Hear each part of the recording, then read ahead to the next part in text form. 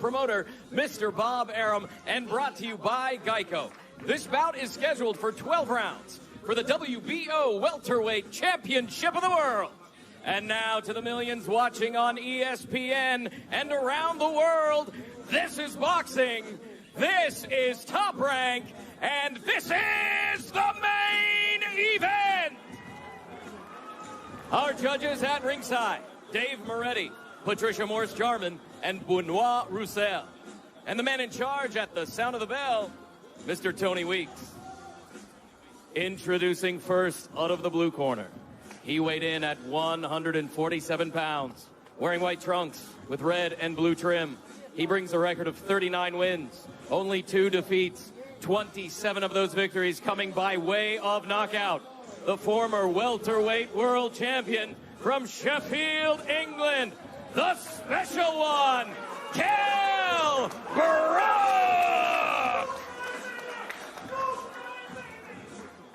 Introducing out of the red corner. He weighed in at 146.4 pounds, wearing black trunks with gold trim. He brings a perfect record, 36 wins, no defeats, 27 victories coming by way of knockout. The former lightweight world champion, the former undisputed junior welterweight world champion, the reigning, defending WBO welterweight world champion, the pound-for-pound king from Omaha, Nebraska, Terrence Bud Crawford!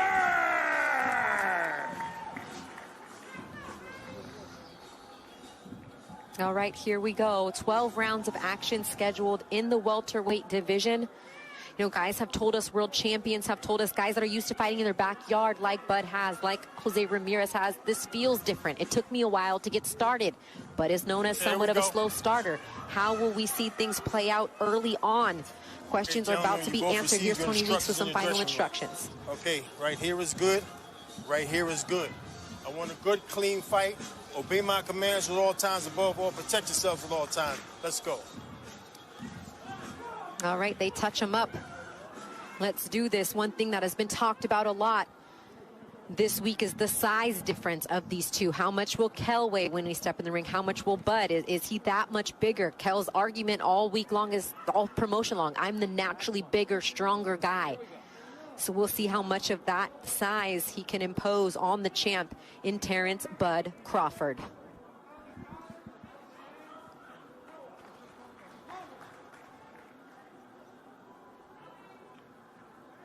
Christina Poncher and former WBO 140-pound world champ Chris Algieri here with you on the call. Thank you for watching us wherever in the world that you are as we get ready for our championship main event. This fight scheduled for 12 rounds. Terrence Crawford in the blue and gold trunks. Kell Brook repping the UK in the white with red and blue. And right away, you see Terrence Crawford starting in the orthodox stance, but he will switch, arguably the best to ever do it, between southpaw and orthodox. Fighting a lot more recently, Chris, in that southpaw stance, but here he is starting into the orthodox. Yeah, I'm surprised actually to see him coming out orthodox. I expected him to come out southpaw. I think Kell Brook probably expected him to as well. There you see that jab from Kell Brook. He actually has an excellent jab. Uses it very well. Is very active with it. Is Kell Brook. So that's going to be a big weapon for him, especially early on. Sure is, and it's something that Crawford and his team are aware of, telling us in our fighter meetings this week. Terrence saying, I see him trying to out-jab me and time me and continue to jab before me, but I have a pretty strong, pretty quick jab as well. We saw a lot of that in that fight against Postal, who a lot of people talked about Victor Postal's jab, and Crawford beat him to that. So we'll see which game plan prevails here, as the 1-2 of Brook is also a beautiful, a thing of beauty to watch. Now, speaking about jabs, one of the big parts of a good jab is being long, and Terrence Crawford has a 74-inch reach advantage for a welterweight, which is unheard of.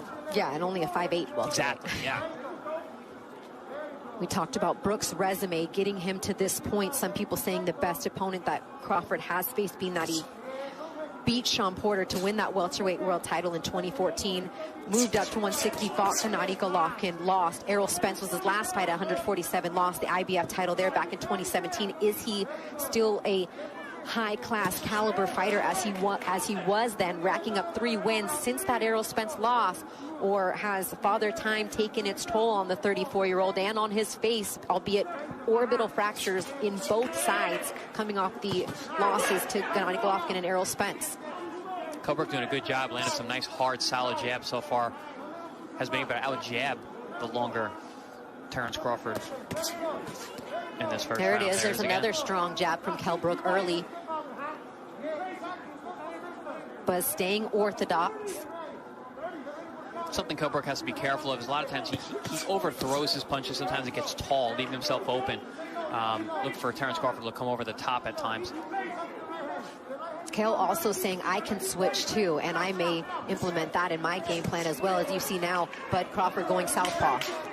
Yeah, we've seen Kell switch sides and fight out of the south position nice quite well. Good luck. Lead left hook from Kell Brook in the last 10 seconds here of round 1. And a good body jab. Terence Crawford coming off the longest layoff of his. Tick for tack. Very, very tactical from the outset. I think both men fighting with a lot of respect for the other.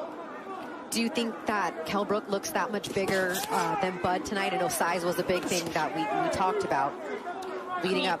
I do see him being bigger. You know, I understand him being a bigger guy. I don't think it's going to be that important as you know, Kell has been talking about all week. You know, at the end of the day, skills pay the bills, and this fight's not going to come down to who's the bigger man. Yeah, that seems to be what Kell. Well, that was his narrative that he was pushing. I'm bigger, I'm stronger. He hasn't seen anybody my size. That was his narrative that he pushed the whole time.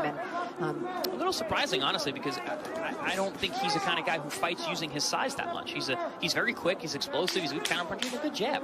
He's not a physically, you know, demanding pressure fighter who's going to use his physical girth or size to push you. And this has been a little bit of a chess match here through 2 rounds, but I think I was more concerned about the size. Chris Algieri here with you. Our main event of the evening, pound for pound, one of the best fighters in the world, ESPN's pound for pound #1, Terence Crawford against Kell Brook. Now, if you notice, we got a great view right here looking at the feet. We're seeing a southpaw orthodox, and you're seeing both men battling for that outside position. That's very, very important when you are fighting an opposite stance, to make sure that you have the outside position. That's the dominant position when you're fighting an opposite stance.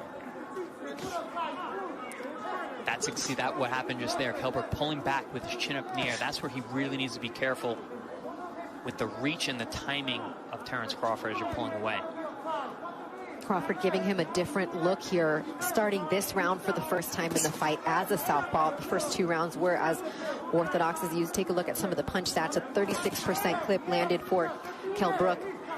About the same amount of punches thrown there. And that right strong hand jab from Crawford in this southpaw position is where he's very comfortable with that. His strongest hand out in front, as you see him throw it there to the body and then doubling it up back up top. Yeah, he definitely seems to be way more comfortable out fighting out that southpaw stance. We've seen it more in recent years, him starting fights from that, fighting entire fights out of the southpaw position. Which is why I'm surprised he's always still listed as an orthodox fighter, because as of late, just to your point, he's done so much work. If you kind of logged the minutes, I know CompuBox doesn't keep track of those things, they keep track of punches, but I think it's fair to say more as a southpaw than an orthodox. But yeah, I think at this point, if we were going to check the residency of his righty versus southpaw, I think you're right. I think we probably hands-free. Southpaw at this point. Stop! I got you. And for an opponent, Chris, what kind of challenges does that pose, especially in your preparation? I mean, you're trying to bring in guys that have both stances. You're trying to make adjustments on the fly in the ring. Well, that's the thing about training camp. You have a finite amount of time to work on specifics for the craft, for the actual fight in front of you. So with Terence Crawford, you have to prepare for 2 guys.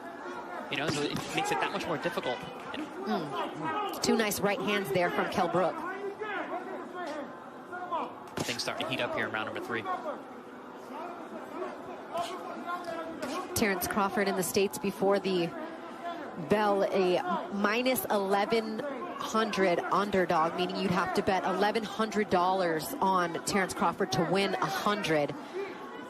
Chris and I were talking about, you know, earlier in the week, it was 7-1 odds. We were like, wow, I can't believe Brook is that much of an underdog. He doesn't look it here yet through 3 rounds, but Crawford's starting to get his respect. That strong right jab, having some success here in round 3 in that, southpaw position. For the people at home, they might not think a whole lot is going on, but there's a tremendous amount of tactical work from both men right now. Nice right hand there from Brook and a counter from Bud. All these shifts and movements and feints. Big right hand from Crawford at the 10-second mark in round 3. Things are heating up here. Nice combination from Crawford. Then he goes down to the body as we see things start to... First thing to do when you got a puncher like Terrence Crawford in front of you, who throws punches from such strange angles and generates power.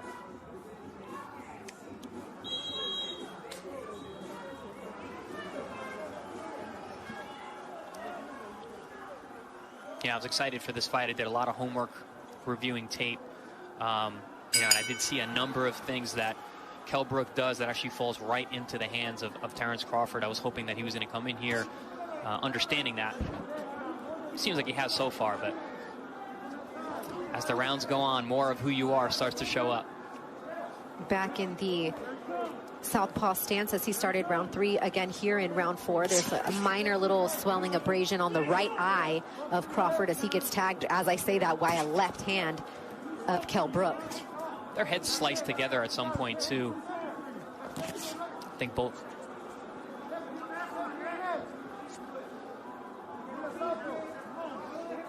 And maybe that was caused by that clash of heads. Here we go again.